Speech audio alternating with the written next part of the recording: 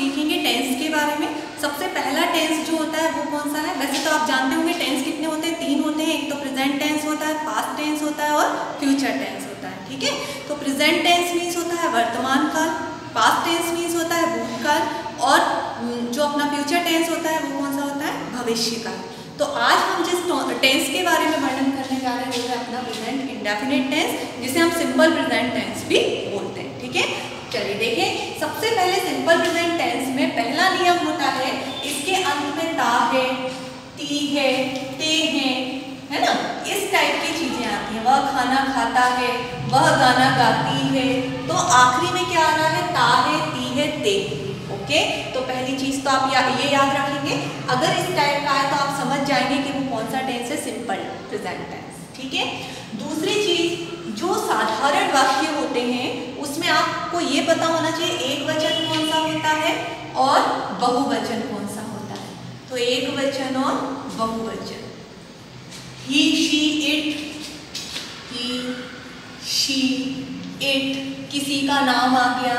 ठीक है, तो कोई सीता, गीता, राम, श्याम, तो अगर कोई एक है तो उसके लिए हम एक वचन का यूज करते हैं। बहुवचन में कौन से आ जाते हैं? यू, वी, दे। ठीक है, तो इस टाइप के जो होते हैं वो क्या में आते हैं? बहुवचन में आते हैं। तो एक वचन के अगर हम यूज करते हैं तो उसकी जो क्रियाएं होती हैं, है ना, कोई कार्य हम करते हैं उसे क्या बोलते हैं? क्रियाएं। तो उनकी जो क्रिया होती है, तो अगर एक वचन है शुरू में तो उसके साथ में जो क्रिया होती है उसमें आपको एस या ईएस लगाना होता है। क्या लगाएंगे क्रिया के साथ? एस या ईएस। जैसे सीता गाना गाती है तो सीता, अब क्रिया क्या है? सिंग, तो सिंग में आपको, सीता एक वचन है, एक लड़की है, तो उसे आप सिंग अगर लगाएंगे, सिर्फ गाना क्रिया है, तो अगर आप ये लगाएंगे तो गलत हो जाएगा, आपको उसमें एस लगाना पड़ेगा। ठीक है, कुछ चीजों में ईएस भी लगता है, तो आपको ये देखना पड़ेगा कि किसमें एस लगेगा या किसमें ईएस लगेगा। तो एक वचन जितने भी होते हैं उनके साथ जो क्रियाएं होती हैं उनमें हमको क्या लगाना होता है? एस या ईएस लगाना होता है। ओके, ध्यान रखिएगा। उसके बाद जो बहुवचन होते हैं, तो बहुवचन के साथ जो क्रियाएं होती हैं उन्हें वैसा का वैसा ही लिखते हैं, उनमें कोई चेंज नहीं करते, नो चेंज। ठीक है, तो आपको ये चीज समझ में आ गई होगी। दूसरी चीज ये हो गया, दूसरा पॉइंट, सबसे पहले आप पहचान लेंगे कि कौन सा टेंस है। अगर वो सिंपल प्रेजेंट टेंस है तो एक वचन होता है, बहुवचन होता है शुरू में। तो यदि एक वचन है तो क्रिया के साथ हम क्या लगाएंगे? एस या एस, और यदि बहुवचन है तो हम कोई क्रिया में चेंज नहीं करेंगे। ठीक है, तो ये चीज हो गई आपकी। तीसरी चीज, अगर प्रश्नवाचक या नकारात्मक वाक्य, ये जैसे क्वेश्चन पूछा जाता है क्या सीता गाना गाती है, तो प्रश्नवाचक हो या नकारात्मक, नकारात्मक मीन्स नहीं वाले, सीता गाना नहीं गाती है, तो नकारात्मक। अगर सेंटेंस है नेगेटिव और क्वेश्चन वाले, इंट्रोगेटिव और नेगेटिव अगर सेंटेंस है तो उसके लिए हमें सहायक क्रिया का प्रयोग करना पड़ता है। ठीक है, वैसे जो इसका फॉर्मूला होता है, तो फॉर्मूला आपका जो रहेगा वो ये है कि सब्जेक्ट प्लस वर्ब की फर्स्ट फॉर्म, मैं आपको एक इमेज भेज दूंगी, first form, second form, third form, ये आपको याद होनी चाहिए, तभी आप टेंस कर पाएंगे। तो जैसे सिंग, सेंग, संग, आपने इस टाइप की याद भी कर रखे हैं, सिंग, सेंग, संग।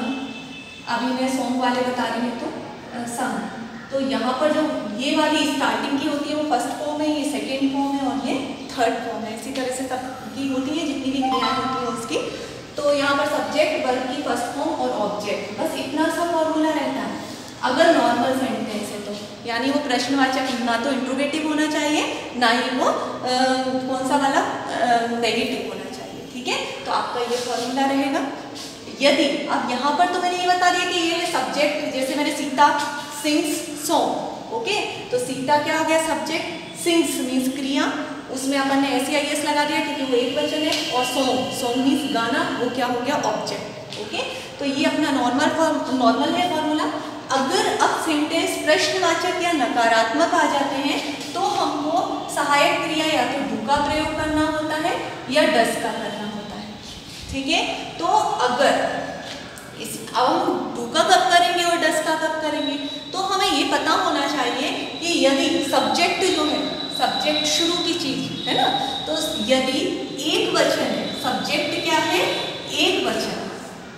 Subject, Sita, Geeta, he, she, it, I, you, go, he, she, it वगैरह जो भी हैं, ये जितने भी एक वचन वाले होंगे उनके साथ हमें डस का प्रयोग करना है।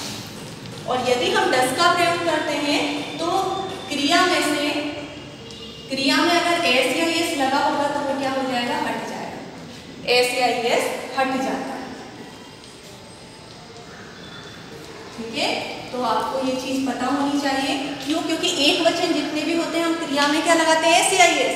और यदि हम उसी का ही नकारात्मक या प्रश्नवाचक बनाएंगे तो हमको क्या करना पड़ेगा, क्रिया में से एस या एस हटा देना।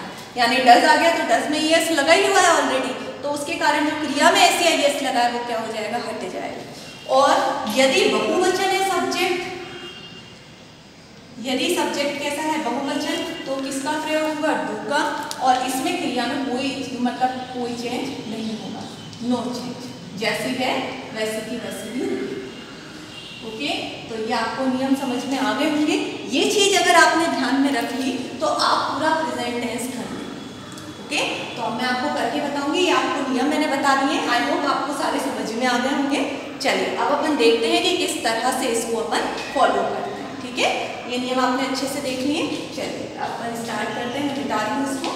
चलिए बच्चों, ये मैंने कुछ एग्जाम्पल लिए हैं। अभी मैंने सबसे सिंपल एग्जाम्पल लिए हैं, आगे आपको और एग्जाम्पल देखने को मिलेंगे, लेकिन आप पहले सबसे नॉर्मल से स्टार्ट करें। सीता गाना गाती है। अब आप देखिए यहाँ पे ताकती है, यानी आप समझ गए कौन सा टेंस है, प्रेजेंट इंडेफिनिट टेंस, यानी हम इसको सिंपल प्रेजेंट टेंस भी कहते हैं। ओके, आपको यही फॉर्मूला इसमें करना है इनपुट। क्यों? क्योंकि ये साधारण वाक्य, सब्जेक्ट ये रहा, गाती क्रिया है तो ये अपना वर्ब हो गए, और ऑब्जेक्ट गाना हो गया। क्या गा रही है वो, गाना। तो सबसे पहले आप सीता लिखेंगे, लिख लिया आपने। ओके, अब क्या है, क्रिया, क्रिया आपने लिखी, सिंग। अब आप बताएं इसमें एस या एस लगेगा कि नहीं लगेगा, लगेगा। क्यों लगेगा? क्योंकि ये क्या है, एक वचन, एक वचन है तो हमको यहाँ पर क्या लगाना पड़ेगा, एस। Sings a song. ठीक है, तो ये आ गया सीता सिंग्स ए सॉन्ग। अगर आप ऐसे नहीं लगाओगे आपका सेंटेंस गलत हो जाएगा। तो आपको ये समझ में आ गया होगा। ठीक है, लेकिन अब क्वेश्चन ऐसे भी पूछे जाते हैं, क्वेश्चन इंट्रोगेटिव में भी पूछे जाते हैं और नेगेटिव में भी पूछे जाते हैं। नेगेटिव मीन्स नहीं, नकारात्मक, और प्रश्नवाचक में क्या, शुरू में क्या आ गया, क्या आ गया। तो आपको क्या करना है ऐसे सेंटेंस के लिए, क्या सीता गाना गाती है, तो आपको यहाँ पर क्या अगर आ गया, यानी हमें किसका प्रयोग करना है, डू का या डस का। तो अगर सीता क्या है, एक वचन है, और मैंने आपको बताया था अगर एक वचन होता है तो हम उसके साथ किसका प्रयोग करते हैं, डस का। ओके, तो आपको एक वचन के लिए अगर शुरू में क्या है तो आपको क्या लगाना पड़ेगा, शुरू में डस। अगर यहाँ बहुवचन होता, आई यू बी दे, तुम आता, यू आता, तो मैं यहाँ पर डू का यूज करती, लेकिन अभी यहाँ पर क्या है, एक वचन है, इसलिए मुझे किसका प्रयोग करना पड़ेगा, डस का। डस को शुरू में लिखेंगे, फिर सीता लिखेंगे।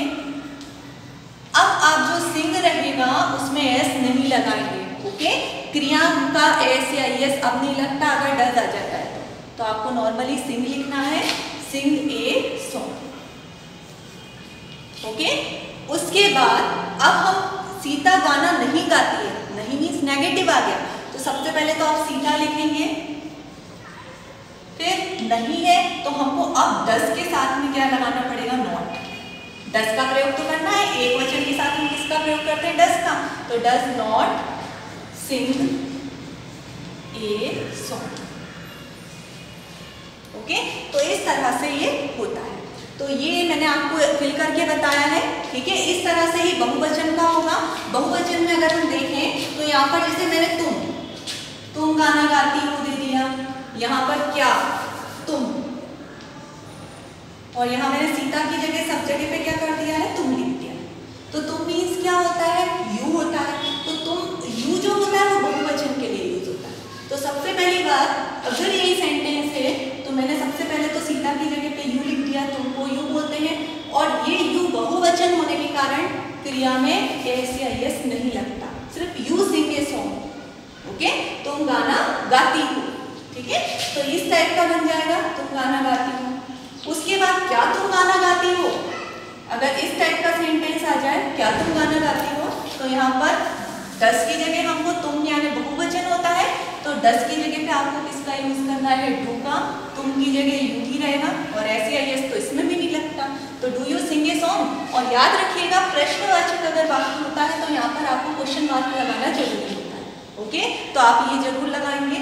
उसके बाद तुम गाना नहीं गाती हो तो तुम आ गया, डू तो बहुवचन जो होता है उसमें आपको डू ही यूज करना है, तो do not sing a song. तो इस तरह से ये सेंटेंस होते हैं। मैंने आपको बहुवचन का भी बता दिया, एक वचन का भी बता दिया। आप इस तरह से और भी सेंटेंस बनाएंगे तो आपको अच्छी तरह समझ में आ जाएगा, ओके। चलिए, धन्यवाद।